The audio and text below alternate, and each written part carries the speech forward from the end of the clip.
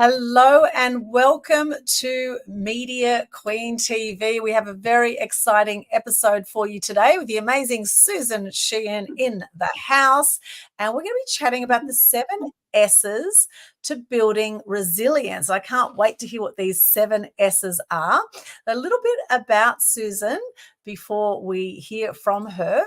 She's an international speaker, a high-performance coach of 25 years experience, and she's known for her expertise in personal development and brain training. She's a managing partner of SC7 International and a best-selling author of 2 books. She's operated businesses in Australia and the US and interviewed celebrities, worked with the world's leaders in professional development. Her story is testament to her courage and commitment to be the best.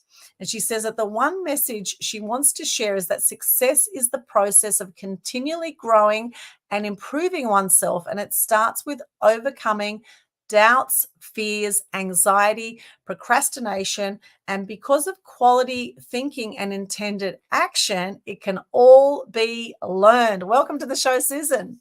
Well, thank you for having me. It's a pleasure to be here. I've been excited about talking to you.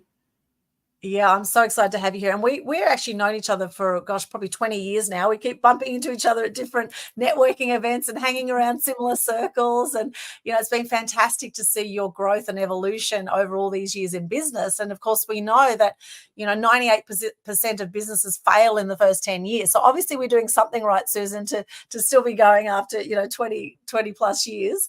The only people that really fail are the ones that give up, right? Stop learning and stop doing.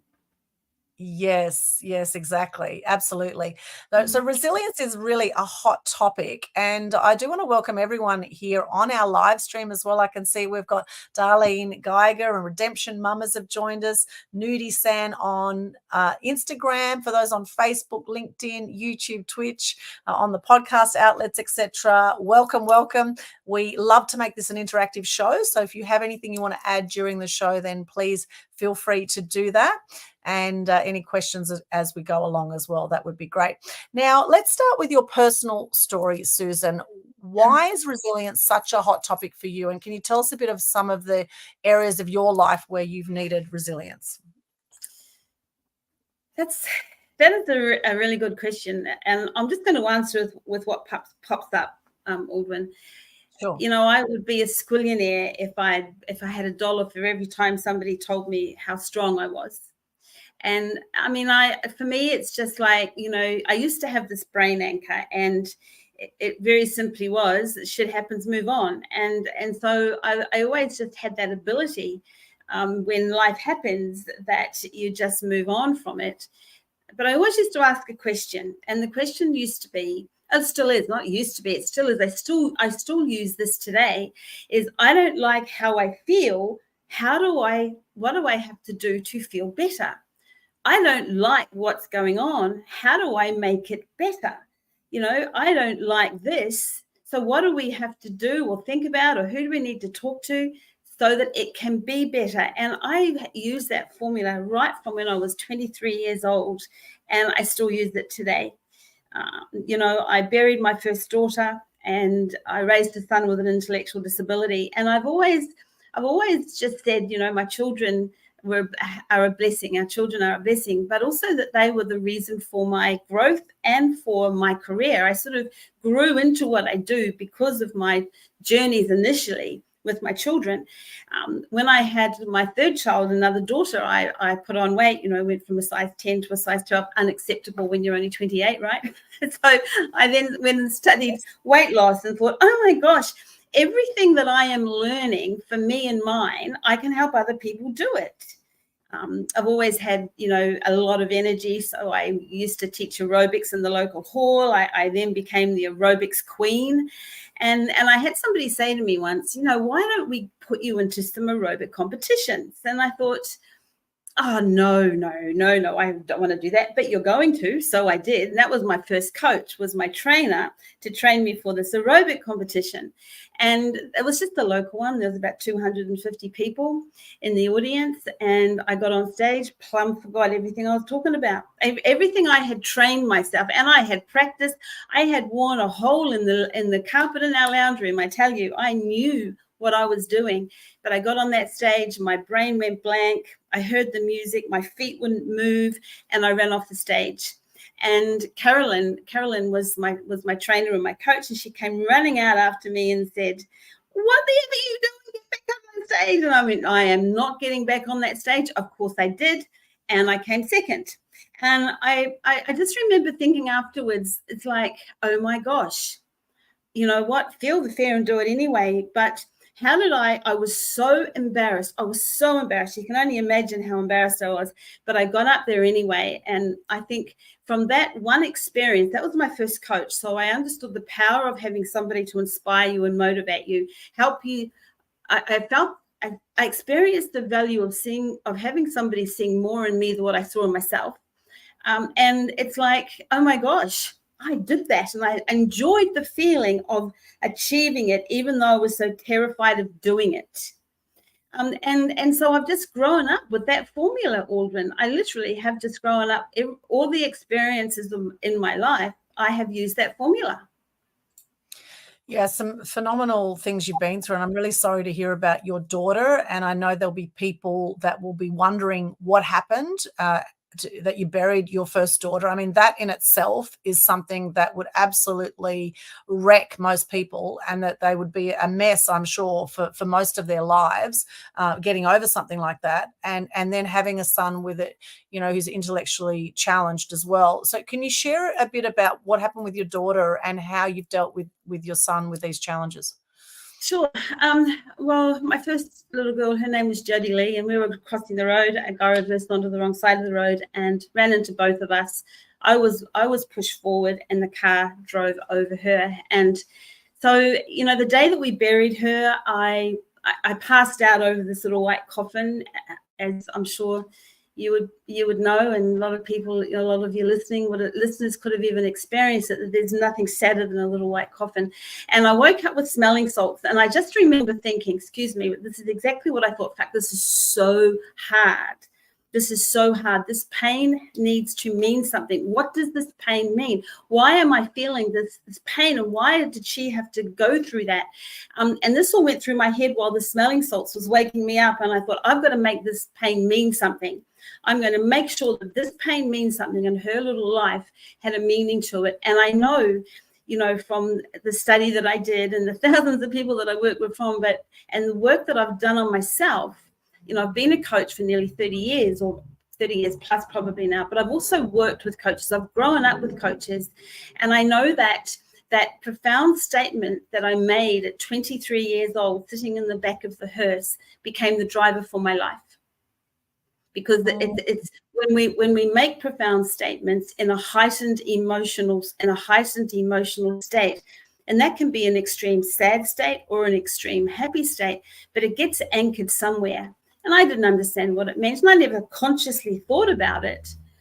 But you know what? That's the process, and so I just did what I had to do, and I used to see a line in my brain, and if I was sitting on top of that line, I knew that I wouldn't hit the drugs in the cabinet or the alcohol in the fridge. I knew that I was going to be okay for that day if I stayed above the line, and I just did one day at a time. And I made sure that I would stay behind the line. And if ever I felt myself fall below the line, I did whatever I had to do to get back on top of it.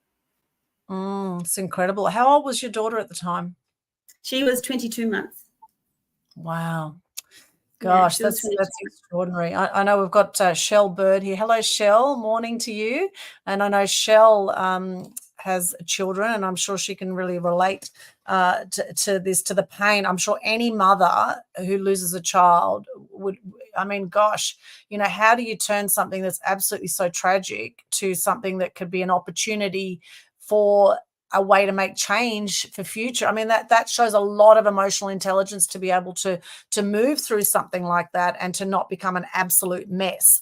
And so it's beautiful I never said, it didn't say I was an absolute mess. I tell you, there were times and, you know, I had people say to me, we don't know how you did it. And then sort of like, you know, further on into the future, people would just say to me, we didn't know what to do with you. And when I looked back, it was like, well, I just did what I had to do. I was very oblivious to everybody else in that first 18 months. I just did what I had to do to rise above the pain. So I knew that I wanted to move into the future and not be defined by it. And of course, this is all unconscious, Aldwyn. I wasn't consciously thinking about this. I was just doing. What I've shared with you is what I look back at and thought, that's what I did. Once I started studying all of this, I thought, oh my gosh, that's what I did. But it wasn't a conscious awareness. I just did it. And I think that's the gift that God gave me, is that strength to be able to do that. Extraordinary. We've got Deb Norman here. Hello, Deb. Good to see you. She says, yep, 2 of my triplets didn't make it. It's horrific. Wow. I feel for you, Deb. That must be so hard. In fact, I had my cousin, my cousin's wife or ex-wife had a stillbirth. Her 4th child was a stillbirth, and it took her years and years to get over that. And I've personally had a miscarriage as well at 9 weeks, and that in itself was, was really hard. However, to actually bring a child into the world and, to go through that is incredible. And this is what we're talking about today, is resilience, right? How to have resilience, because, some people say everything happens for us, not to us, right? And I love that philosophy. I love the idea that everything happens for us, not to us, even if we don't see it in the moment when the drama is happening, or when it feels like it's one of the worst things that could have ever happened in your life. How is this happening for me, not to me, is a great question to ask, even if we don't quite know the answer, because, it's through these breakdowns or through these challenges where, as they say, that diamonds are created under pressure, right? It's where we have the biggest growth, and it's where we have the biggest learnings. And often we go on and teach what we've learned through these challenges. Deb says, I'm so sorry that happened to her. Yeah, thank you, Deb. And we've got MD Sadikul Islam is with us. Hello, good to see you there. Pablo also on Instagram, good to see you guys. So let's go back then. So you had those thoughts. Okay, you're going to make this mean something. This is going to, this. And then what happened from there? How did you were you already coaching at that point, or did you start to get into coaching? No, I guess when did I can't tell you when I started to coach. I think I was born into it. I used to bring home the children that didn't have friends, not the animals that needed food, so I think that I've always done that. But it wasn't until after I'd had my son and I was really got into studying the brain and the body and understanding what it was about, that I started answering questions and helping other people. And because of Matthew's disabilities, I started studying. I remember the specialist saying to me, if you can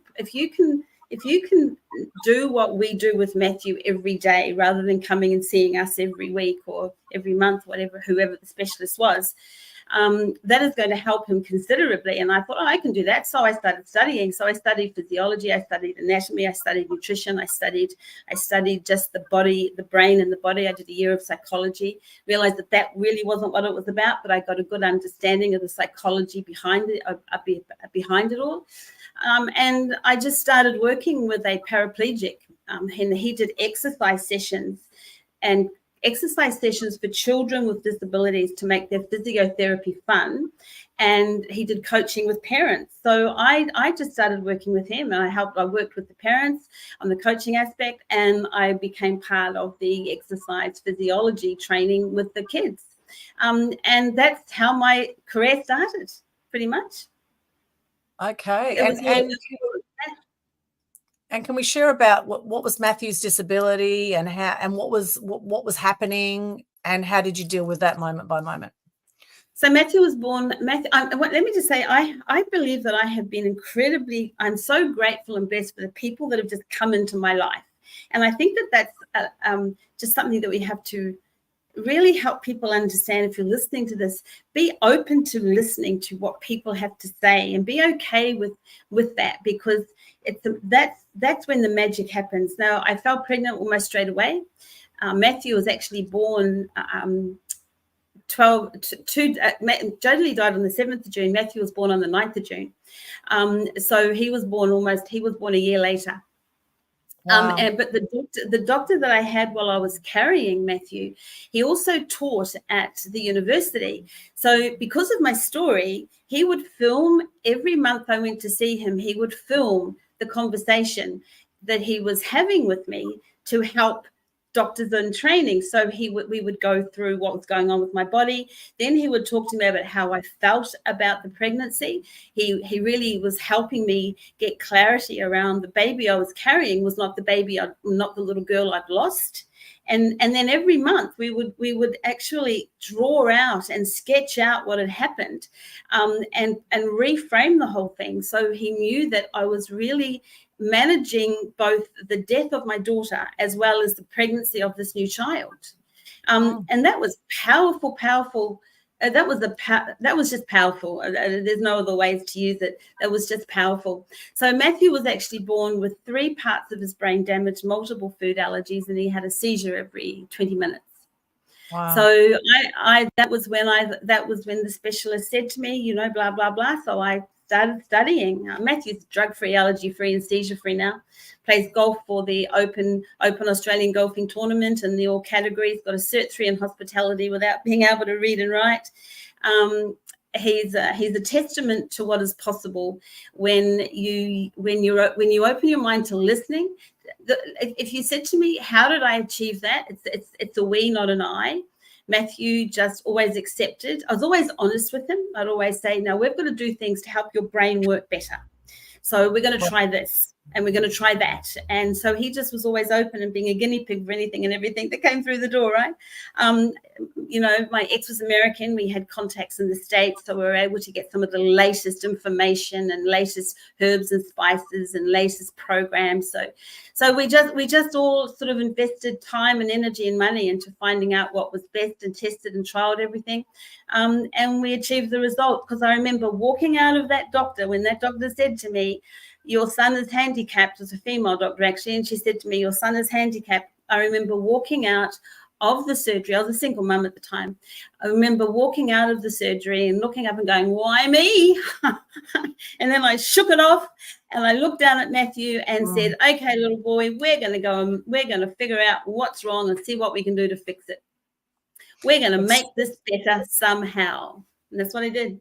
And I think the one lesson that I learned from that is that curiosity is a success strategy, because I never allowed what the doctor said to me to be gospel. I would always ask more questions. I would want to know, why are you saying that? Why, and what else is there? And if the doctor I was talking to didn't give me the answer, I would go looking for somebody who could answer the question. And I found the answers. And that's the key, I think. You just got to be curious, and you don't have to know who you have to ask the question to, but when you ask the question, the answers just come to you. Beautiful. I love that. And we've got Deb here saying, "Wow, the one that made it out of the triplets," she said, "I called Matthew. His oxygen was cut off too long and had brain issues. He's also good now and plays a mean lead guitar." Well, there you go. Congratulations, Deb. That's awesome. Yeah, that's wonderful. Amazing. That's amazing. Sounds like Deb and you could be a good connection there after this show. Also, Will the Wizard, good to see you there on Instagram. And Karen Clark, one of my favorite ladies, Clarkashians, on Instagram. She says, "Hi, ladies, great session." Good to see you there, Karen. Thank you so much. I just hopped off a Tuesdays on Target event with Karen and Moana and Sumi and Angelique, some beautiful ladies in my life, and very grateful for great connections. Now, I think when we're talking about resilience, it's important to have a supportive environment around you too, wouldn't you say? So how important has that been for you, Susan, to be around good people? Look, having the right people around you is the key to, well, people either make your life or break your life, don't they? So it is the key. It is the key to happiness, the right people. The key to success or happiness is it's an equation. One thing isn't more important than the other. It's the 1 + 1 + 1 + 1 equation, isn't it? And all these pieces fit into it. And the right people is one of them. you know, for me initially, you know what, I just did what I had to do. I didn't think about finding the right people. I didn't think about anything other than what I had to do, and I just did it. You know, thinking was something that I paid a coach $35,000 to learn how to do, because I just did. Up until I started really investing in coaches, I just did. I would do and then go, oh my gosh, did I do that? Oh my gosh, I did. Okay. What did I learn from it? That was a good decision to make. Oh, I shouldn't have done that. You know, that sort of thing. So Yeah. that was the energy that I had. So when I was working through, you know, Jodie and the Matthew story, I just did what I had to do. I didn't think about it. I didn't think about whether I had the right people, whether I didn't. I just did what I had to do. And I was grateful for the people that were in my life. I wasn't somebody who needed a community, so I didn't have a big family. I didn't have a church. I didn't have a large network of people that supported me. I just did what I had to do with the small, close-knit friends that I had. Yeah, I mean, a lot of people need that community thing. I didn't need that community thing. Look, in hindsight, it might have been a good thing for Matthew to have a lot of people around and have that community thing, but we just got to every single day and just did what we had to do. But Amazing. the right people, whether it's one person Yes. or a community of people, it has to Yes. be. What is the right people? The right people is somebody who encourages you, inspires you, supports you, you know, listens to you without judgment and criticism, you know, respects you, celebrates your successes and cries with your challenges, problem solves with you, has fun with you. But most of all, the energy with the right people is forward moving. It's fun, it's exciting, it lifts you up, it doesn't pull you down. Yeah, totally agree. They say that we're either happy when people enter a room or when they leave a room, right? So how do you feel with the people in your life? You know, are you happy they're in your life, or would you rather see them go, right? And it's all a choice, isn't it? It's all a It's all a choice. choice. Who we have in our lives. And sometimes these people are family that can be very negative. You know, I like to hang out with positive people, and particularly knowing about energy, frequency, vibration. I aim to keep my energy as high as possible, although we will be going up and down Dr. Hawkins' scale of consciousness. For those who know about power versus force, etc., we know that when we have joy, when we have love, when we have peace, we have gratitude, we have enlightenment, these are the highest vibrations we're going to feel. And when we're feeling shame or guilt or anger, like you could have, when your daughter died, you could have had a lot of shame and guilt about that. You could have been running through your head all the things that could have happened, should have happened, etc. You know, well, and so dealing. See, that's the interesting thing. I did. So there's two layers, isn't there? There's that superficial layer, and there's that deeper layer, and Right. that unconscious layer, that the aftermath of life's events. It goes into the unconscious, and it can get locked deep down in the unconscious, the deep unconscious, and it can become the driver for your life. Because I had made that profound statement that I was going to make sure that I was not going to be defined by that. There was an element of that I unlocked, but again, being in the right place at the right time and being open to helping. I had a client once who was a Christian, and she belonged to a church here on the Gold Coast, and she asked me to go with her. And I said, okay, cool, I would. I like to, you know, you participate in the life of your client sometimes, don't you? So I went along to the church with her.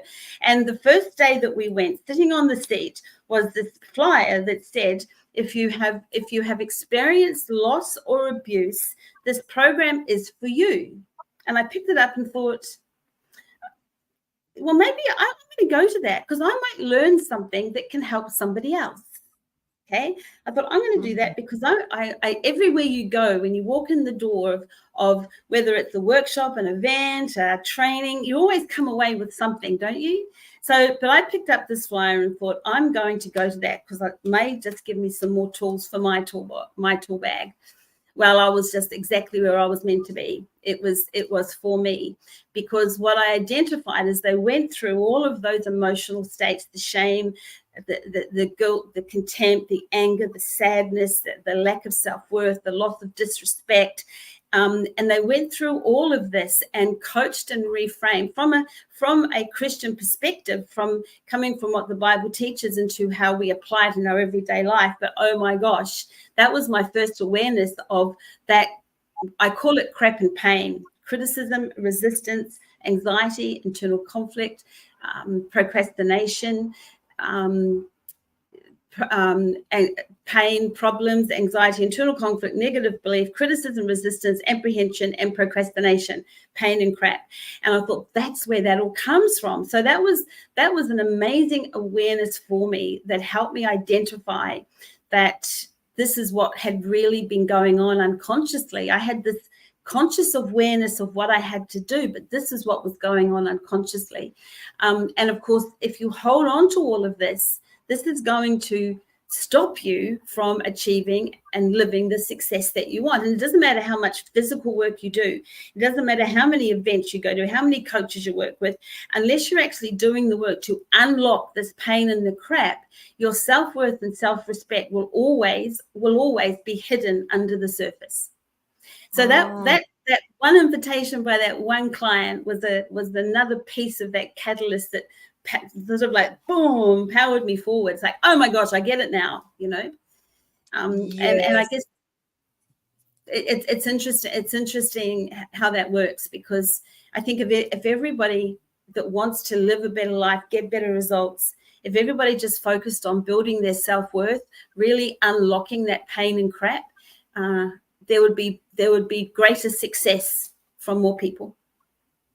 Absolutely. And I think half the trick to having an amazing life is actually to get conscious to what is going through our mind with these 60,000 thoughts we have a day. For most people, 98% are the same thoughts we had yesterday, and 80% are negative for most people, right? So actually to get conscious to what is going through our minds, what are we thinking, what are we feeling, all that stuff, I think is so absolutely crucial. The other thing that's important to know is that how you talk to yourself is so relevant. Don't tell yourself that you're sick, sad, fat, unsuccessful, stupid, lack confidence, unworthy. Oh, I'm this and I'm that. Don't talk to yourself that way, because it just feeds all of that unconscious programming. Think it maybe, but reframe the opposite, and that's why affirmations are so powerful. Absolutely. We've got Carolyn here. Good to see you, Carolyn. She says, definitely has to be the right people for you and around you. Yes, absolutely. On what we're talking about there. We've got Deb saying duality. There will always be the darkness before the light. Yes, well, the stars shine brightest in a dark sky, don't they? And it's the yin yang of life. I love that too, Deb. Thank you so much. Hello to Raza there on Instagram. Good to see you guys. All right, let's get stuck into the 7 S's of resilience. So over to you, Susan. What are these 7 S's? Okay, the first S is story. We all have a story that plays on silently in the background of our mind. We've talked about that a little bit. It defines who you are and how you live your life. It's that unconscious tale that you tell yourself about how you feel about yourself, how you think about your life, how you think about money, and how other people see you. This unconscious tale is going to determine whether you achieve success, whether you deserve success, and whether you actually live it or not. And this story is on replay, and it just imagine a replay button. It just replays and replays and replays, unless we make the conscious effort of closing that story and rewriting it. So the story is very the S for the story is the first step to resilience, because we have to identify what that story is, because it drives our life. Morris Massey, sociologist, identified that we are given that core belief from 0 to 7 years old, and it becomes the framework of our story. And then as we grow through life, we write new pages to it. We write new chapters for it. Gee, some people write whole new books on the whole thing, So that replay, imagine an audio book and it's just on replay, and that's what goes on unconsciously. But we know the brain resists change, but we now know the brain can change. We can change the brain. You do not have to be born you do not have to live with the brain that you were born with. So how do you do that? How do you rewrite that story? And that forms part of what resilience is all about. So number one is identify, is what you're doing in life serving you? Is that belief that drives your life serving you? Are you actually living the life that you want, or are you learning to like the life you have? We all have the birthright. We're all born with the right to be happy and prosperous. So just stop and think for a moment. Is the story that's driving your life serving you, or do you need to close it and start writing a new story? Because resilience, to build resilience, simply means you stand up, you keep going. It's that mental toughness. But if you're living a life in that story that makes you feel sick, sad, depressed, lonely, fed up, you just wake up every morning wishing, then you need to rewrite that story, because to get up and keep going, you've got to see a bright, beautiful future. Yes, so important. I love that. Number one is story. And Carolyn says, how you talk to yourself is certainly so relevant. Great point. Absolutely. The stories we tell ourselves, the stories we tell others. And, if you say a lie long enough, you'll believe your own lies, right? Not only believe your own lies, but you actually live them, and that's the sad truth. Most people have the story driving their life, or their belief driving their life, and they live behind a lie, pretending to be that person. But that can all change. So the second S is self-awareness. We have to really be okay with going inside self. Being true to ourselves is a challenge. Being honest with ourselves is, I think, one of the most challenging things that we do as a human being. Really going into self and really identifying strengths and weaknesses. What are your strengths? What are you great at? What would people come to you for advice for? All these hats that we wear. But here's the thing, don't worry about your strengths, because those are already programmed. Also, go deep and figure out, what are your weaknesses? What do you need to do better? What do you need to know more of? What weaknesses do you have that are stopping you from achieving the success that you want? To be your authentic self, you have to be okay with going inside self and losing the criticism, losing the resistance, and just getting a piece of paper, get a piece of paper, put a line down the middle, a vertical line down the middle, and you've got conscious, unconscious. So left side conscious, right side unconscious, and just say, okay, what's one weakness that you think most people have, Aldwyn? I think a lot of self-doubt. A lot of people are hard on themselves, is what I find. I think that's one of the biggest things. And often there's fear. A lot of people have fear of stepping up and speaking up as well. However, at the heart of that, I think that at the heart of that fear is a lack of self-love. Well, I think that fear is the core of all problems, of course. But, self-love is a good one, because here's the thing, if you put on the left column, I love myself, and then on the right column, that's the conscious awareness. I know, that 2% conscious brain knows that you need to love yourself, because that's the core of all of it. If you love yourself, you are going to step out and achieve more. And then the right column, you write the very first thought that comes to mind. And that could be, no, oh, don't be stupid. No, I don't. You could have question marks. So continue to ask the same question. You can ask it different ways, but continue to ask the unconscious questions until I love myself. Yes, I do. So that you're actually having a conversation with your unconscious. It's a very powerful exercise. It's a very powerful exercise to do. But self-awareness is very simply identifying your strengths and your weaknesses, and being okay with getting inside yourself to strengthen those weaknesses. But here's the thing, to love self, we have to respect self. And if we're not doing what we need to do to be the people or be the person that you were born to be, means that you need to take a different action, means you need to identify what those weaknesses are. Because as you take new action and you develop yourself, you start to respect yourself. And when you respect yourself, you are going to automatically start loving yourself more. Yeah, I love that. I love that. And as Deb says here, not feeling enough is a big one. And there's three big ones often they say is not good enough. There's a lot of fears people have: not good enough, I'm not loved, or I'm not worthy, right? They're usually the three biggest things. I never use the word enough, because for me, this is my thoughts on it. And I've worked with thousands of people across the globe. I don't look at the word enough, because what does it mean? It doesn't, you see, the brain has to see something.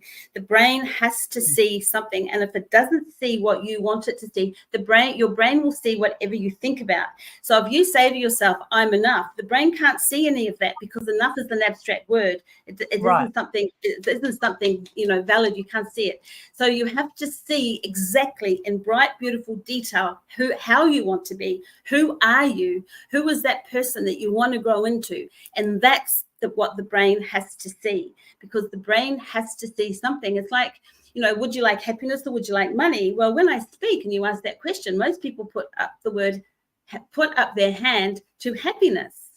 But the thing is that happiness, unless you actually know in bright, beautiful, panoramic detail what that means to you, your brain doesn't see it, because happiness is merely an abstract word, unless you create a vision around the word happiness. So money, the brain can see, boom, people can see it. So it really is all about, really understanding how the brain works, because it's very relevant in building success and building resilience. So the next S is, does that make sense? Interesting. And Karen's saying here on Instagram, love that, respect yourself to love yourself. I just want to, just before we move on from that, I think that's a very good point. The enough, what does that mean? I'm not enough. Like, I think, I've had a thing that I'm not good enough. And what does that actually look like? What does it mean I'm not good enough? And like, as a kid, my parents used to say, why can't you be like your brother? And we were like chalk and cheese, completely. Like, he's an optometrist. And I was the artistic, black sheep of the family. Completely different. We both, we get along famously. He's we get along very well. We're like, why can't you be like your brother? Was always like, I always felt not good enough, and so so what happened is I became an overachiever. I became, and I still am to this day. In fact, I'm such a high achiever, and I know a lot of entrepreneurs are high achievers, right? And a lot of entrepreneurs also, they've had some kind of athletic background, or they've, competed in the past or whatever. There's been a lot of high achieving entrepreneurs have also been athletes. And I know something for me to build that self-love, back to the point about self-awareness and self-love, is that sometimes I found myself getting to the end of the day and going, oh, I've still got this to do. I got that to do. And instead of that, now I actually get to the end of my day now, and I'm lying in bed, I'm thinking, and I actually acknowledge myself. What are some things I can acknowledge myself for today? And I know that whenever I honor my word and say I'm going to do something that day, and when I do it that day, and even if it means I'm up till 1 a.m. or whatever, doing whatever that is I said I was going to do, I know that when I do that thing, I feel so much better in myself that I've honored my word, and that builds that muscle of self-love, and so that self-awareness. That builds that respect for self. And from that respect for self, because you've done what you said that you would do. I think before you can love self or love anyone, you have to respect it. And I think respecting self is a big one. I use an Oprah Winfrey strategy, best, better, learned. So, and it's good to write it all down. I mean, I practice being better at writing everything down, but I certainly go through it in my head every day. Power in writing, is what did I do best today? What did I do great today? What was the best thing I did today? So you identify that, because as soon as you identify what you've done great, you feel proud of yourself, you're respecting yourself, and the energy, all those happy hormones are raging, and then it's like, what could I have done better? So once you have got those happy hormones raging, then you're open to learning what you could do better, and you're open to learning it without feeling judgment on self or judgment on others, okay? So what could I have done better today? Oh, well, you know what? I could have done this and I could have done that. Well, there's the lesson for the day. I'm going to make sure I don't do that. And then the next one is, what did I learn today? And I remember I had a client once, and he called me up and he said, I don't like this game because I know how to do everything. And I said, well, so he was only looking at what he did in his career, because he didn't think he could learn anything more in his career. He hadn't quite. We had to educate him on how to look at himself as an holistic being, and not just a professional businessman. We all have our lessons, right? So best, better, learned is a great way to go through that process of identifying what you've done through the day. But that order, best, better, learned, is the perfect way because, as I say, as soon as you identify what you did best, all those happy hormones rage and you feel, yay, I did that, and you can celebrate a little bit. Then you're open to, oh my gosh, I didn't do that. But because you're in a good headspace, you're open to listening about what you could have done better. Yeah, I love that. I love that. That is really, really cool. Deb's saying here, not being enough is what Marissa Peer often talks about a lot. She thought at least it's worth a mention. Yeah, absolutely. Thank you, Deb. I think absolutely it's worth a mention. And it's really good to get conscious of, is this an abstract thing, this I'm not enough idea or the I'm not good enough idea? Is that actually abstract? Because, of course, our subconscious mind thinks in visuals, doesn't it? It's very specific. It's like when we say, yeah. The brain has to see. The brain has to see something, just has to see something. And so if we don't give it something to look at, it's going to draw from images of yesterday's pain and crap, bring it into today, you connect emotionally to it, and you believe it's still real today. So the word enough in my mind, I mean, we all connect with different people's stories and philosophies and the way they see things. But from a scientific perspective, we now know, I mean, Einstein said that imagination was more powerful than knowledge. Well, science now tells us that that's true. Einstein was a theorist, but now we know that we can prove it. So your brain has to see something, and the words that we speak, it will either see it or won't. It's that simple. It'll either see it or it won't see it. It'll connect emotionally to it, negatively or positively. And this isn't my opinion. This is scientifically proven now. So, it just means that if we scientifically know that this is how it works, then we know how to work with it to get the results that we want. So the next S is stress management.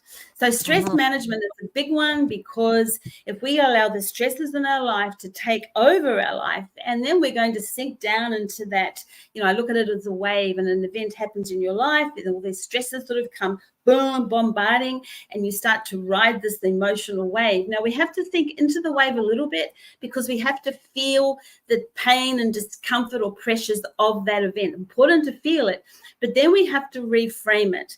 So we have a 4 points to a reframe, and you come up on top of the wave and you ride that wave to shore. Now, to be able to reframe it, to be able to get back on that wave, we've got to be fit, strong, and healthy. We manage the stressors in our life. We manage our emotional state when we are fit, strong, and healthy. What's good for the heart is good for the brain. So it's important to have a healthy eating plan. It's important to exercise. It's important to understand what your level of stressors are and what you personally need to do to manage it. Do you meditate? And if you're not somebody who meditates, make sure that you take time out just to be still.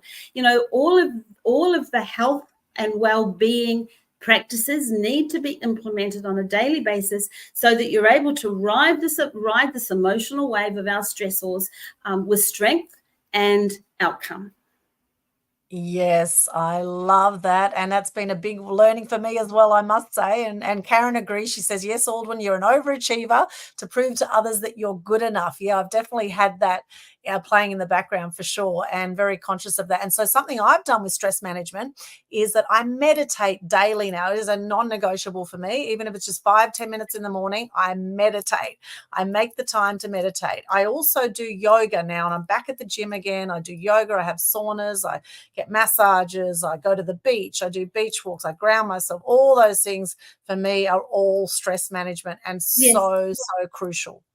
And I put them under the stress management because they really do help you. I mean, I used to teach 17 fitness classes a week. I'm a black belt taekwondo. I used to run a rollerblading club. I used to teach skipping classes. I was just like fanatical on anything that was high energy, Wow. And I still, I was. And I'm also New York trained Pilates. So I have a very good knowledge of the human body. And I know that boxing a bag, walking on the beach, skipping a rope, was part of my stress management that kept me sane through some of my life's events. But you know what? One thing I learned also is that balance is the key, but you got to have balance It's all about balance. So people that meditate for 5 hours a day and do that very easily, you'll find that their natural energy isn't to go and walk 10K. And then people that can walk or run 10K aren't going to sit there and meditate. So because we all have our different strengths and weaknesses, right? So I'm that person that can go and walk 10K, but I have to practice, and I still practice sitting still and meditating. So we have to, and this is where it comes back to self-awareness. We have to realize and identify what are these weaknesses of ours that we do need to strengthen. So that is stress management. We have a whole wellness program, a wellness plan, mental and physical. We can help anybody look and feel fabulous. The next S is sense of purpose. Sense of purpose. Sense of purpose is a powerful one, because a sense of purpose gives you reason to get up in the morning. And, if you've got life-happening events or stressors in your life that are causing you to sink into that wave, one of the very powerful ways that pushes you and can pull you. I mean, it's a push-pull scenario. When you have coaches and the right people around you, you can push through some of those challenges. You can get pushed back up onto that wave. But if you actually have a sense of purpose, and this is where the imagination comes in. Your imagination is a superpower. It is a superpower. But it can also be a destructive power. So we've already talked about the brain needs to see something. So you need to turn your purpose into a vision. And this is why willpower alone does not work, and dream building alone does not work. Willpower alone does not work because we have to rewrite the story. We set goals with our 2% conscious brain, but we get goals with what that story tells us. So that's why that's so important to start rewriting that story. And where do we start by rewriting the story? With our sense of purpose. And we turn it into a vision. We have to become a visionary of that purpose. And it has to be brilliant and bold and magnificent. But here's the flip side of that. There's always a flip side. You either use your imagination to create a beautiful vision of what you want in your life and what you want your business to look like, what you want your life to look like, or you use your imagination to magnify a fear. And if you use your imagination to magnify a fear, you are going to continue to live in this old story, and this pain and crap will be what will continue to drive your life. So use your imagination. What is your heart pumping core desire? It's something that we ask everybody. What is your heart pumping core desire? Turn it into a purpose, create a beautiful vision, make it a movie that you can press play so the brain sees it. The more the brain sees this purpose, the faster you just get up and it starts to pull you forward. I remember the day, Aldwyn, when I thought, oh my gosh, what I want is waiting for me. I just have to become the woman I need to be to get there. And it's the journey, it's just a journey. And then life happens, boom, and you're back on your bum again, and you got to get up and keep going. But if you've got that vision, then getting up and keeping going is easy. I healed myself of an autoimmune disease. And I've had my vision. My vision has been in my brain for a long time now. And I just keep getting up and seeing it. And I had a coach at the time who asked me to write a 3-page story of my ideal day. It took me 6 weeks to write it because I didn't believe I deserved it, but I did write it. And then he said to me, post it to yourself and don't open it. So that was 20 years ago. I opened that letter 18 months ago, and I had achieved everything in it other than 2 things that we're unfolding now. So having that vision, it got me up every single morning. I couldn't walk for 18 months when I was sick, but every single morning I got up and saw myself healthy and running on the beach with wind in my hair and sun on my face and sand between my toes, because I had that vision and my sense of purpose. I never, ever lost it. And so the sense of purpose is powerful. The next S is we have to become smarter. If resilience is getting up and keeping going, if resilience is mental strength, then we have to get smarter as we go forward, right? We have to be open to listening. We've got to let go of what's not working. We've got to be okay with then taking action on doing things differently, of doing things better. Be coachable. Open your mind to possibility. You know, I look at it this way. As you fall down, you get back up. It's like, whoa, won't do that again. Okay, what do I have to do better so that doesn't happen again, right? I mean, I couldn't count the times that I've repeated mistakes, you know, and then it's like, why am I repeating that? I know that didn't work. Why am I not doing better? So becoming smarter has to be part of the formula. So every time we get down, we can take what we want to take with us, but let go of what doesn't work. And we can only do that if we let go of ego, we let go of you know, I know it all, because we just don't. So becoming smarter is the next S. The next S is become stronger. And for me, becoming stronger, other than being fit, strong, and healthy, of course, physically, but I think too, I call them the power twins, that I think they give us more strength than any gym can ever give you. And that's being grateful and forgiving. So gratefulness and forgiveness, we call the power twins, because without being grateful and without forgiveness, you're living in the wrong energy. And if you're living in the wrong energy, you're just getting toxic waste that's building up inside you. You see the world with negativity. It's a horrible place to be, and it kills success. True. Yes, so true. It's a massive one. And when you're grateful, you can't be grateful and miserable at the same time. That's the beautiful thing about this. That's it. It's like, you know, they just don't live in the same space, right? It's the choice. Be grateful, be not. You know, I can, I can't. Be happy, be sad. It's a choice. It's just always a choice. But being grateful, and I wake up and grateful every morning, and I also ask for forgiveness every morning, because I know I'm going to muck up somewhere through the day. But forgiving self, I think, is one of the most challenging things that we do. Forgiving others is easy. Well, I think forgiving others is easy. I do forgiveness easily. But forgiving self takes a little bit longer. It can take a lifetime, actually. But if we practice forgiving ourselves because we deserve it, you see, and this is how it all ties in. When you respect yourself and you love yourself, and you know that you're worthy of success, and you know that you're stepping out and being the best that you can be every single day, from the right place for the right reasons, you have a sense of purpose, you're open to listening and learning, and you're just continually just rewriting that story because you're surrounded by the right people and you're living in that right energy, you believe you deserve to forgive yourself. Yeah, I love that. That's very cool. In fact, I was doing a training a few years ago with Ben Harvey from Authentic Education, one of the mentors I've had over the years. And he said there were 3 steps to healing. These were his 3 steps. The first step is awareness.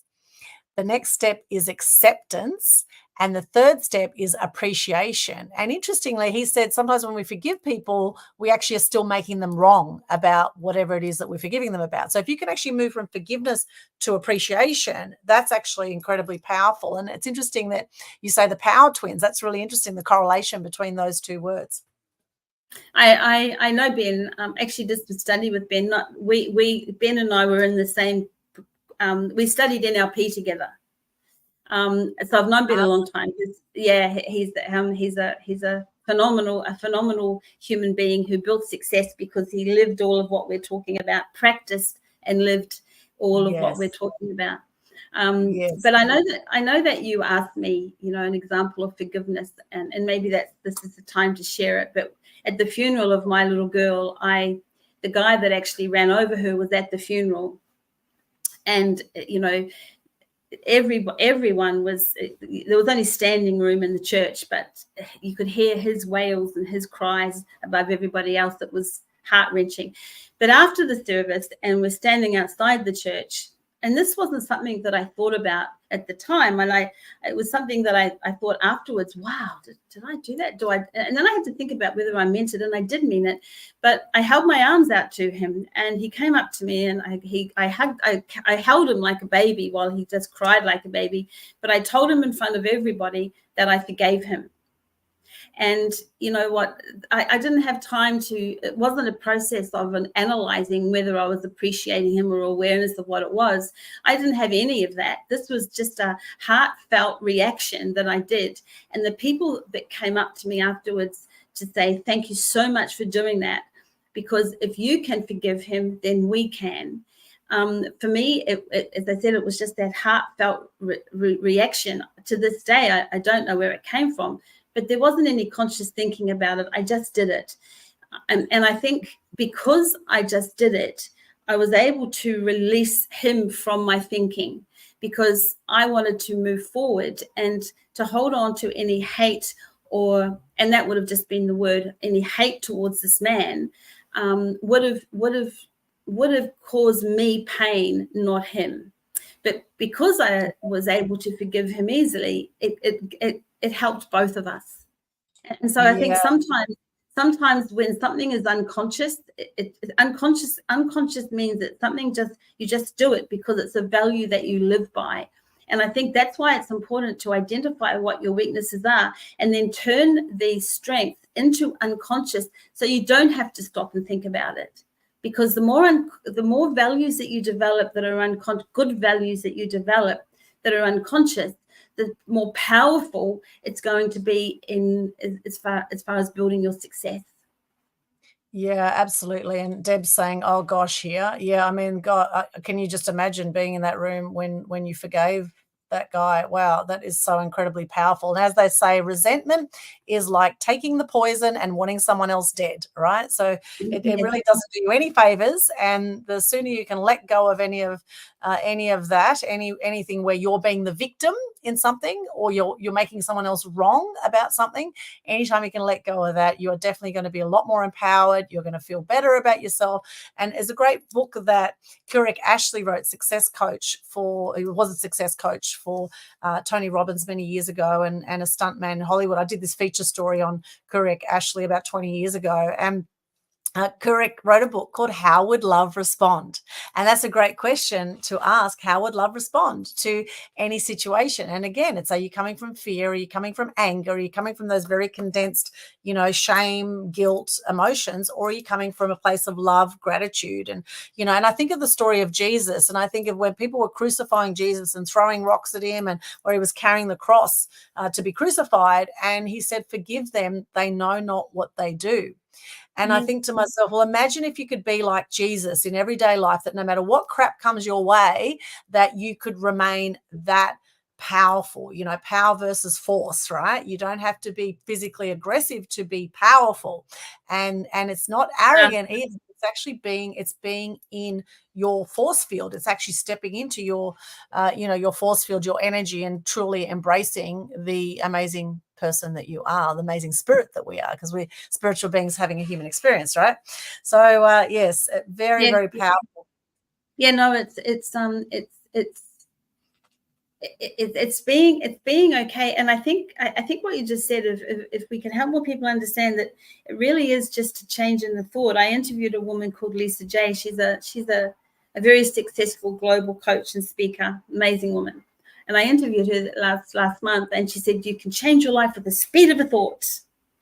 And I thought, oh my gosh, you can change your life with the speed of a thought. And because when you just change a thought, you automatically shift the energy. It's automatic. You don't have to think about it. If you go from feeling, oh, I don't like you and I resent you and all of this negative energy, but then if you shift it, and it's funny you should say that about it, Keurig, because I've got that book, but I've always asked the question before he wrote the book. So I didn't get it from him. It was my thing. What would love do now? I just always ask that question. What would love do now? And when you're in a situation, and it can work professionally or personally, just stop and go, what would love do now? Just close your eyes and think about that. Shifts the energy, and you come up with there's a whole new decision made. And it's immediate shift in energy. Yeah, very powerful. It's like it's a decision in a heartbeat, as another one of my mentors used to say, a decision in a heartbeat. Yes. And that's all it takes. So we've got 6 of the 7 S's to building resilience so far. We've talked about story, self-awareness, stress management, sense of purpose, being smarter, stronger. And what's our final one? seek help if you need to. Good one. Yeah, seek help. You know, one of my big lessons is even helpers need helpers. Be okay. There is strength in asking for help. And help could just mean, you know, having somebody to just give you a new perspective on something. Some help could be, oh, I've got a problem and I'm stuck in the problem, because when we only see the problem, then we're not able to see further and see the, you know, to see what the solutions to the problem. So seek help, because more brains are always better than one, I say. Absolutely. All coaches need coaches. And, you know, we never learn less. We never learn less. This is why I invest so much. I love it. I love it. I love that. We never learn less. I've never heard that before.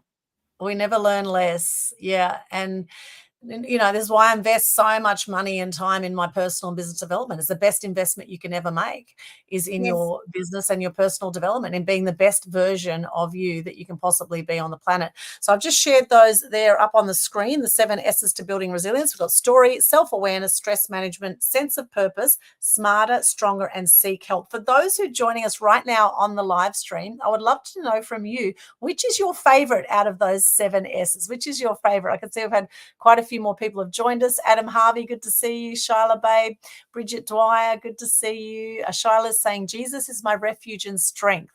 And she says the 80s were the best. Yeah, I love 80s. Actually, I was listening to some 80s music the other day. It's very cool. V Creative, good to see you. V Creative Art 16. Wow. She says, R. Oliver, hello. Nicola Flutterby, good to see you. Guarded Body. Moana Robinson, good to see you. Fresh from the Tuesdays on Target event as well. We're just talking about you, Mo. Thanks for joining us. Thank you so much. All right. Which of those is your favorite? So putting them up again on the screen. Which of those is your favorite, and why is it the favorite for you? It's probably struck a chord with you. One of these: story, self-awareness, stress management, sense of purpose, smarter, stronger, and seeking help. Which one do you like best out of those? Love to hear from you. Deb Norman is saying, I trained with Tony Robbins and Dr. Chloe Madunas. Great tools, she says. We've got Carolyn saying, love the Power Twins, gratefulness and forgiveness. Deb says, I love writing too, journaling, very powerful. Bob Proctor really emphasized us doing it daily. It's a good habit now. Yeah, that's wonderful. Writing. And you were talking about the vision, of course, having a clear vision. Of course, vision boards are fantastic, right? Vision boards are something I do every year. I refresh it, and I love doing vision boards. Do you use vision boards, Susan, and do you journal? Yes, I do. I do. Vision. I have vision boards. I have my my screensaver on my computer is my vision board. I update that regularly, and I shift it a little bit. You know, you just keep adding to it or taking away from it. You achieve something, and you add something else to it. The vision is the key. You have to have a vision. If you don't have a vision of where you're going, how do you know the decisions to make? How do you know how do you know the people that you need to meet? If you don't have a vision, you will stay where you are. It is that simple. And I cannot say that loudly enough, strongly enough. Shout it from the rooftops. If you don't have a clear vision playing on in your brain about what you want, where you're going and who you need to become, you will stay where you are. Look around, fall in love with what you have, because you'll never have anything more than that. And that is scientifically proven now. So vision boards helps our brain just see it every day.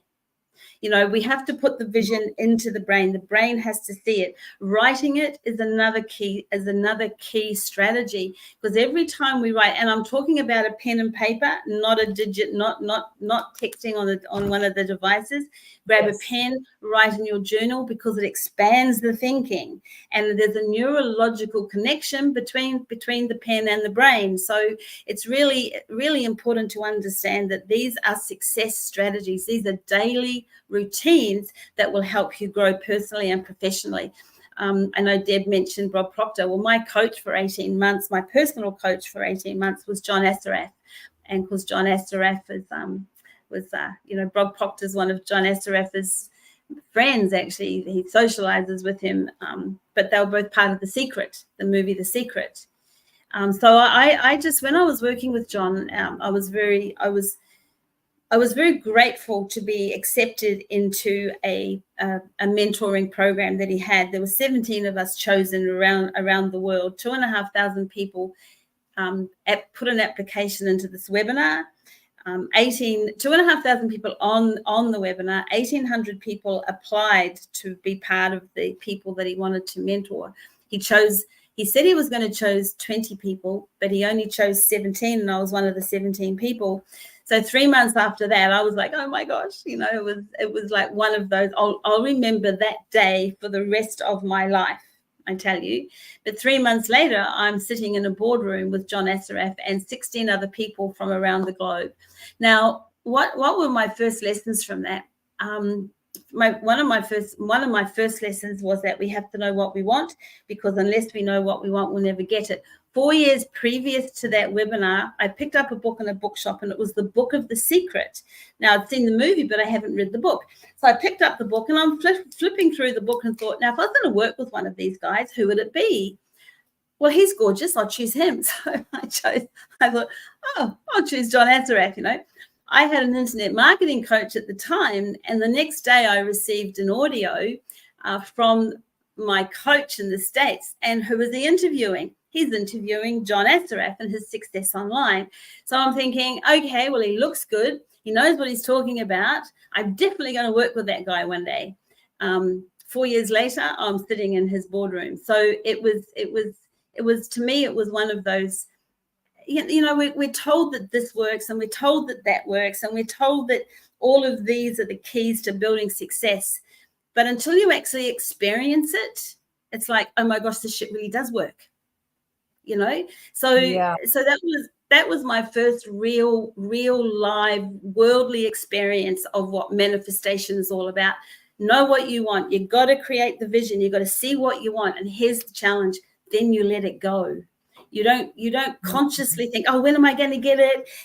This is too hard. You don't think about it. You don't think about it. You just know that it's there. You know that you're going to have it. You get up every day to be the best version of yourself. And before you know it, that's what happens. Yeah, great story. I love John Assaraf too. And he was the one, of course, in The Secret, who pulled out the vision board that he forgot that he did from years ago when he was unpacking a box. And he is in the house that is on the vision board that he did 5 years previously from The Secret. And I went to a cocktail party in that house. Wow. That's extraordinary. Oh my gosh. I tell you, wow. It was like, yeah. Wow. So he is an amazing human being. He amplifies heart and smart. He has a heart bigger than the whole wide world, but the man is so incredibly smart. And I just call him heart and smart. You've got to have the heart and smart connected, but yes. Yeah, I love his work as well. And Bob Proctor, now he passed away, unfortunately, in 2022, so just 2 years ago. And he was 87 years of age. And I know he worked right up until he died because he loved what he did. And that's the thing, is about, how can you find something in life that's not like work for you, where, this word career, Steve Jobs talked about the word career being, something that can really hold people back, because when you can find that blend of where you can find something you really love to do, and you make that your purpose and your mission and that it's not like work, that's when when you're getting in the zone in life, right? Or when you're in flow. And this is where time and space disappear. Like I know I'm in flow and in the zone because my days go like that. Like they just literally fly. And there's still a heap of stuff to do.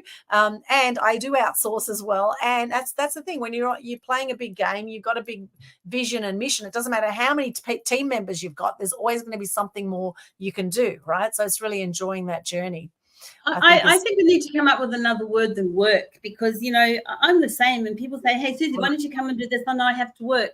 And it's like, I don't want to say that, because then the feedback that is, oh my gosh, all you do is work. Give up work for a while. But it's like, but it doesn't seem like work for me. I love what I do. I'd rather be doing this than doing that. So I think that word work, it brings up in people an energy that, work, Yeah. This is where actually, back to Ben Harvey, when he used to do home play, not homework. And I really love that as a little twist on that. Deb says self-awareness and vision. Knowing myself is important for me to get clear on my vision. Brian Proctor and Susanna Chris were my recent coaches. John is awesome.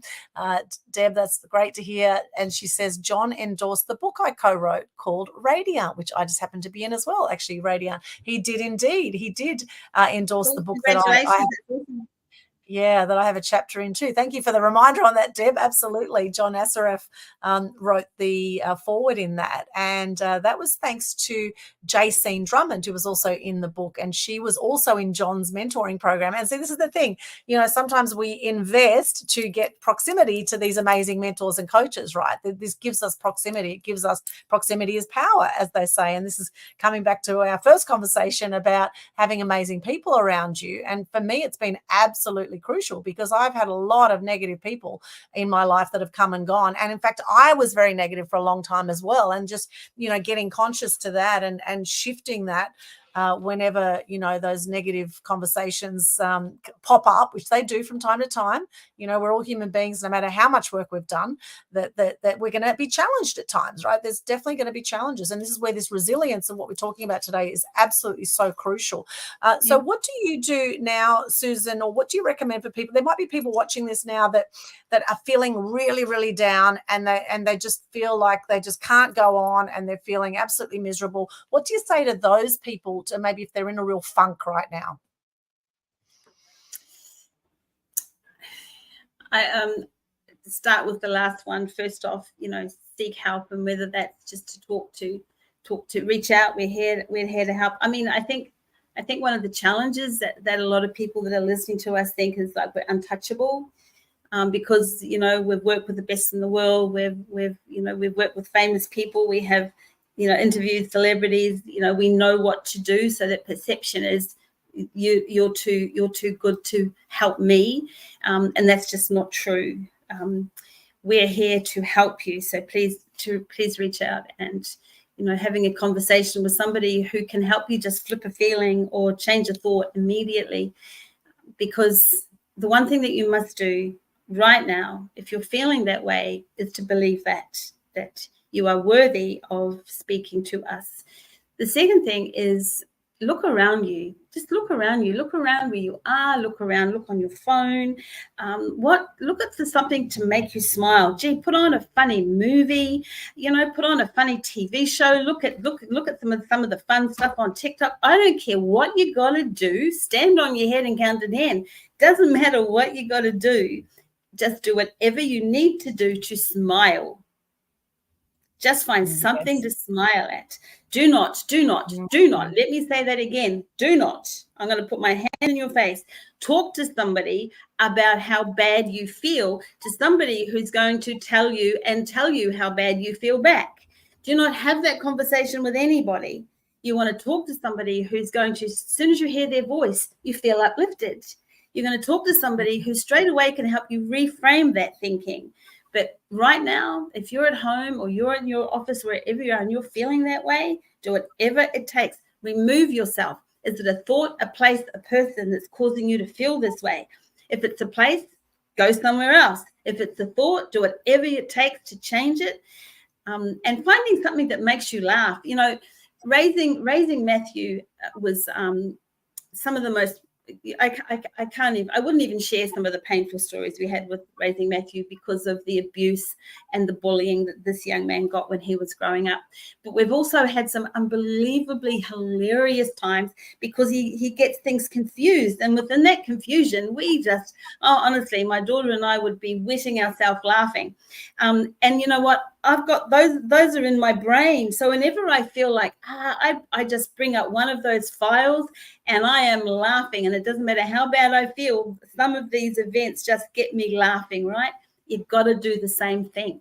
But it's a choice. It's a choice. And if you are challenged to do that, if you literally, physically, emotionally, and mentally cannot do that, then for goodness sake, pick up the phone, email somebody, seek help.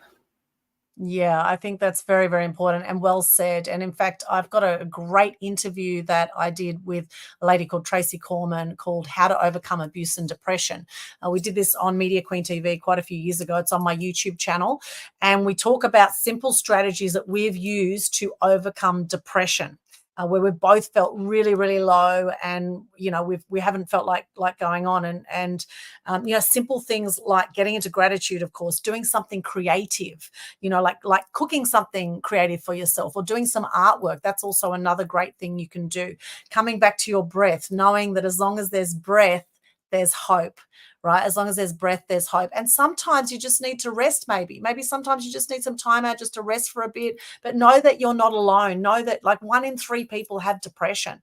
And this is why I do the work I do around the good news. You know, I've had 4 friends take their own lives by the age of 45. So I started a good news day. I started a global good news challenge because so many people were believing everything they heard in the mainstream media. And of course, 99% of it's negative. And if you believe everything you hear in the mainstream media, you would end up depressed and suicidal, because the fact is it's the yin yang of life. Coming back to what Deb was saying earlier, there's always darkness where there's light and light where there's darkness. What are we going to choose to focus on? What are we going to choose to focus on? I think that I think my story is I've never been depressed. I've never experienced anxiety. I can understand where people go, but everything I've talked about today, I've practiced, so I've never allowed myself to go there. Right. And I'm not saying that it's easy to do. I'm not saying it's easy to do. But our 4-step formula, if I may share, is number 1 is to identify the problem. You have to identify the problem, and then you have to reframe the meaning of the problem. And then you release the emotional attachment to the problem. And then you train your brain to see the new vision, so that you're moving away from the problem, because the problem's taken on a whole new meaning. And when you exercise those 4 points and practice them, you know, problems that pop up, it's like, okay, here's the problem. Okay, now this problem's causing me to feel this way. How can I change the way I'm looking at this problem? What is the reframe of the problem? But all this, it also takes learning, Aldwyn. You know, this is why we're here to help, because we can help you really learn how to put these into play and then practice them. It's all practice. I still practice all this stuff every day, because we are bombarded. I mean, you said 60,000 thoughts. We're bombarded with 2 million bits of information every moment, and 99% of it's negative bullshit. So we are continually practicing. I remember one of my coaches, and he was so cool, calm, and collect. And oh my gosh, I just adored his energy. I thought, I want that energy, you know. And I said to him one day, "Do you ever have a bad day?" And he said to me, in his cool, calm, and collect posture, he said, "No, but I practice it." He said, "And when I have a bad moment, I flip it immediately." And he said, "Even to this day, I will read something spiritual, motivational, inspirational before I go to bed. And when I wake up in the morning, I'll do exactly the same thing." So because of that reason, because we are bombarded with so many bits of negative information all the time. So he said, "I've just learned to master the moment." Yeah, I love that. I love that. That is so important. And I found the more work I've done on myself, the quicker I'm able to flip things now. The quicker I like, if I notice myself getting into some kind of racket, as they say in Landmark, I've done a lot of Landmark where they talk about rackets, which are persistent complaints, persistent complaints. And so when a complaint comes up, like I've had this complaint in the past about too much to do, not enough time, right? And now I've learned to embrace each task or each thing as something to enjoy. And so I've even been looking at everything I'm doing now as a meditation, you know, so it's not actually a burden anymore as I viewed it in the past, but it's actually something that I enjoy moving forward, and I can flow with it.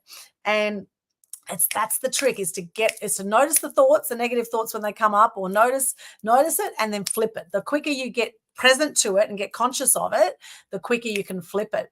And the other great thing I love to do is I love to put on my favorite song. I love to put on some great music and dance around the house when I'm feeling down, or put on your favorite comedy. You mentioned the power of joy and laughter. And I think just put your favorite comedy on YouTube, or search it, or put something on the TV or Netflix or whatever you watch, and just put some comedy on and have a laugh, and immediately it will shift your mood. And music, I mean, music is a powerful motivator. I mean, I play music when I feel good as well. I mean, the thing is that the more we put these things into practice on a daily basis, when we also feel good, means that it's also allowing also to reiterate, it is important to feel. You've got to sink into that wave a little bit. Yes. You cannot walk over, under, and around the problem. You've got to feel through the problem. But all of these strategies will help you stay on top of being able to manage the problem. I think when a problem overtakes you and you lose sight of it, that's when you can start to sink into the wave, isn't it? I think all of these strategies help you just manage life better. And all these 7 S's, when, as I said, it's the 1 + 1 + 1 + 1, when they all come together, they work as one. All of them work as one. We know we can have confidence and certainty that we can go headfirst into life and know that we're armed with the tools and the resources to be able to cope with what comes head on with us, and be able to keep moving forward through it regardless. Yeah, that's a really good point you make. Feeling the emotion, and the healing is in the feeling, as people say, the healing is in the feeling. And absolutely, if we don't feel through it, so when I go like this, okay, it might take like a bit of an extended this, get the feeling, get the learning. I always think, if I'm feeling low, okay, there's some learning here. What's the learning here? Is it that I just need some time out? Because I tend to go, right? High adrenaline lifestyle, many years in the media, right? I've had this sort of almost an addiction to adrenaline.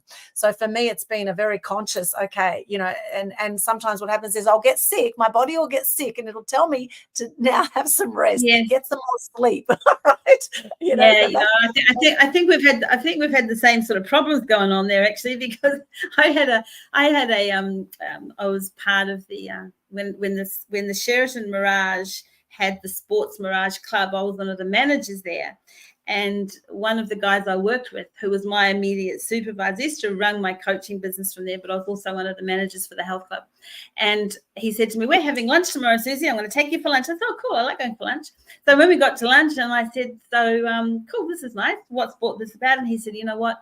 We all love you. You're our favorite person, but not everybody gets your energy. So we're going to sit here today, and we're going to come up with a plan to help you manage your energy." Oh, classic. Manage your energy, so you're not too big for people. It's like the ADHD, brains out there, the entrepreneurs, or I know that's just a tag we put on people, but that was 20 something years ago. But you know what? Wow. Ask me what we did. I couldn't possibly answer that question, except I didn't know exactly what we did, because that's the thing. Once you make a decision and you start doing things, you don't always consciously know what it is. You've just made that decision, right? But a little while after that, I ran into a woman that our daughters went to school together, and I hadn't seen her for a while. And I was quite close with her while Kelsey was at school in the beginning grades, and I hadn't seen her for a while, and we were talking for about 15 minutes, and then she said to me, she said, "What have you done?" I said, "Well, we've been talking for 15 minutes about what we've been doing." She said, "No, I'm not talking about that." She said, "We've been sitting talking for 15 minutes and I don't feel like I've run a 10K race." Right. Interesting. Okay. And I said, "Oh my gosh, this shit works." She said, "What shit?" And I said, "I don't know. I can't answer that question. It just seems to work." But managing my energy has been a thing that I have continually practiced. And I still do. I still prime my brain if I know I have to have more controlled energy. And we were talking about this when I was studying presentations. I did this with Ben Harvey. Actually, we did this program together. We had to study 3 people, and so Robin Williams is one of the people that I studied, because he had this out there really extreme zany energy, but it was also very controlled. Yes. Anyway, it's all interesting, but this brings us back to self-awareness. You've got to know what your weaknesses are so that you can strengthen them. One of my weaknesses was my energy, so I had to flip that to learn how to use it as a strength. Yeah, because you can be, we can be sometimes in life very high energy, and then to balance that out, our body will naturally sort of go very low energy, is what I've noticed in my life. Very high energy, and then the balance comes with the depression or the downtime. So actually having more of an equilibrium. Although in saying that, there's so many people come to me and say, "I love your energy, Aldwyn," right? So I just am who I am. It's not like I'm trying to put on an out there energy or whatever. It's just how I come across is how I come across. I'm the same. Yeah. I mean, if you count the people that have said, "Where do you get your energy from?" It's like, it's just there. But like you, it's just who I am. But because of what I do and how I see myself, where I want to be with me, I knew that one of the things that was my weakness was and it was not having an awareness of energy. And I think it's two words: situational awareness. We have to have situational awareness to build success in business, so that we know what energy to use at any given time, and we're aware of the situation, so we can step in and be the person we need to be in that situation. Yes, well said. Wow, this has been so cool chatting with you, Susan. I love our conversations, and we always just fire off each other with so much gold, and there's been a hell of a lot of gold in this. Now, I do believe you've got a special event coming up. Could you let us know about that, please? Yes, well, it's look, it's a 5-hour workshop, and it really is. Look, it's a brand workshop, but it's so much more than that. That really is not this. That really doesn't explain what it is. That's really just the label for the back end stuff. It's who are you? It's about tapping into your authentic self, because we really are going to hone into everything we've talked about today. Because if you want to be seen above the noise and in front of the crowd, you have to know who you are. The thing that people don't seem to understand, and this is the only message that you get from today, is that limiting beliefs shine through even when you don't see it.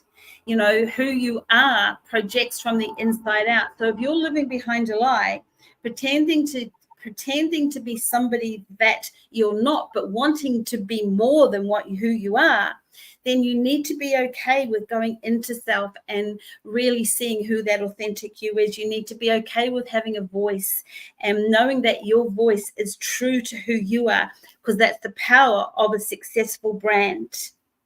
So what we've talked about today pretty much is what we're going to go into in this event. It's interactive, it's hands-on. Do not come if you are afraid to go deeper. Do not come if a lot of people like to come to workshops because they just like to be in the zone. And if you do not have to be that person that wants to stand up and share everything, but be that person who wants to come to become smarter and become stronger, so that when you step out into your space, you are really being true to who you are, and it shines through authentically, because that's the key to a successful brand. Yeah, fantastic. And there's the links there. I've been popping them on screen. So go to a Linktree, linktr.ee/Susan Sheehan Speaker. SUSAN. Sheehan is spelled SHEEHAN for those on the audio. Speaker. Okay, so Linktree/Susan Sheehan Speaker for that one. And the brand workshop coming up on Monday, September 2 on the Gold Coast. It's going to be in Southport, in-person workshop. Yay, we can get off the online for a while. Yes, and it's wonderful that you're coming to be our guest speaker and to share your 3 M's, because it's all about what next. Once you know who you are, because you are the value of your business is the result. So we need to help most people. And if you're not achieving the results that you want, be honest, please be honest, then you need to truly see your value. Now, once you've got that right, then it's like, what next? And that's where Aldwyn comes in, because you've got to know everything that she knows. Yes, then you need to know how to market yourself. So that is the details there. You can also just go to thecoachingconsult.com/brand workshop as well. We'll take you directly to the workshop there. And do you have a favorite quote or motto that you live by that you'd like to share with us today, Susan? I do. Let me just give me one sec. So I quote it as I wrote it. Oh. See the world as it could be, with courage and kindness and a little bit of magic. Oh, I love that. I love that. That is awesome. Thank you so much, Susan. I'm so looking forward to your brand workshop and to making a special guest appearance there. I'll actually be flying back from Sydney that morning, and I'm going to go straight to the event. So I look forward to seeing whoever comes along to that brand workshop September 2. On the Monday in Southport. So for details, go along there. Once again, connect with Susan. Probably Linktree's got all the links there. That's probably the best one. Linktree/Susan Sheehan Speaker. And you'll see everything there. Thank you so much, Susan. And for those who want to connect with me, you can hop along to my Linktree, which is linktr.ee/Aldwyn. There's some media resources there for free for you. I also have an event called How to Build a Global Brand, where I'm going to talk more about the marketing side of things on Friday. And that's going to be an online free event online. You can pop in there and have a look at the link. 11 a.m. Australian Eastern Standard Time. So come and join us there and learn some things about branding and marketing. I never know quite what I'm going to be saying at my events, so every event is different. And so even if you have attended one of my events before, you never quite know what's going to come out of my mouth. While I do have all my set slides, etc., I very much go with the flow of the energy of the room and what I feel like saying. Yes, I have a similar problem. or challenge, maybe. Yeah, it keeps it interesting, right? Keeps it interesting.